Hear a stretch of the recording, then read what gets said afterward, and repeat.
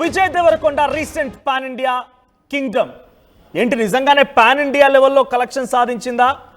కనీసం utter flop అనేటువంటి ఒక పేరు నుంచి అయినా బయటపడిందా? విజయ్ దేవరకొండ నోటు దురిస్తే తనకి ఈ రకమైన పరిస్థితి దారితీస్తోందా? సో ప్రస్తుతానికి కింగ్డమ్ సినిమా ఏం జరిగిందనేది కొంత ఉత్కంఠ రేపుతోంది. ఫేక్ కలెక్షన్స్ ఈ మధ్యలో సినిమాకి సంబంధించి ఓటీటీలు అప్పటికే అంటే అది సినిమా రిలీజ్ అవ్వకముందే మొత్తం బిజినెస్ అయిపోతుంది. కానీ ఆ స్టార్ హీరో స్టార్డమ్ని కాపాడుకోవడం కోసం ఫేక్ కలెక్షన్స్ కూడా కొన్ని సృష్టించబడుతున్నాయి. దానికి కొన్ని ఉదాహరణలుగా పాన్ ఇండియా సినిమాలో వచ్చినటువంటి చాలా సినిమాలు ఉన్నాయి. ఒకనొక సందర్భంలో ప్రొడ్యూసర్లు ఒప్పుకున్నారు కూడా దాన్ని.